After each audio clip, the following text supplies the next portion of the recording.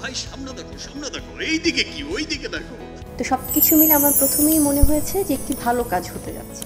ঢাকার জমকালো এক দুপুর, আলোচিত মঞ্চে একসঙ্গে দাঁড়িয়ে আছেন দেশের প্রথম সারির তারকারা। অপি করিম, সিয়াম আহমেদ, পরিমণি, বিদ্যা সিনহা শাহামিম, পূজা চেরি, দিঘি, কোনাল, সালহা খানম নাদিয়া, মিম মান্তাসা, শবনম ফারিয়া, সারিকা, স্পর্শিয়া, এ যেন এক তারার মিছিল।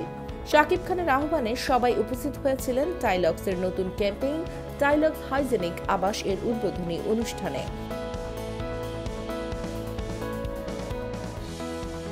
বিশ্ব টয়লেট দিবসকে ঘিরে আয়োজিত এই অনুষ্ঠান ছিল রিমার্ক হারল্যান্ড গ্রুপের অন্যতম উদ্যোগ, যার নেতৃত্বে রয়েছেন খোদ শাকিব খান। গত 2 বছরে প্রতিষ্ঠানটির ব্র্যান্ড অ্যাম্বাসেডর থেকে শুরু করে বিভিন্ন ক্যাম্পেইন ও শোরুম উদ্বোধনীতে দেশের নামী তারকারা অংশ নিয়েছেন, কিন্তু সেই তারকাদের ভিড়ে কোথাও দেখা মেলেনি অপু বিশ্বাস কিংবা শবনম বুবলির। অপু বিশ্বাস, যিনি একসময় ছিলেন শাকিব খানের আনুষ্ঠানিকভাবে স্ত্রী, আর বুবলি, যাকে স্ত্রী হিসেবে স্বীকার করতে চান না শাকিব, কিন্তু তাদের দুজনের জীবন থেকে সরে এসেছেন শাকিব।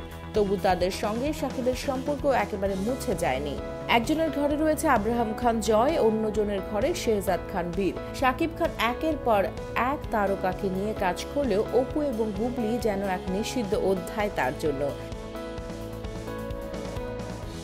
অনুষ্ঠানের এক কর্মকর্তা নাম প্রকাশ না করার শর্তে জানান, শাকিব নিজেই এই তারকাদের তালিকা চূড়ান্ত করেন এবং তার সিদ্ধান্ত ছাড়া কেউ এখানে অন্তর্ভুক্ত হন না। শোবিজের আলো ঝলমলে জগতে ব্যক্তিগত সম্পর্ক ও পেশাগত জীবনের টানাপোড়েন নতুন কিছু নয়।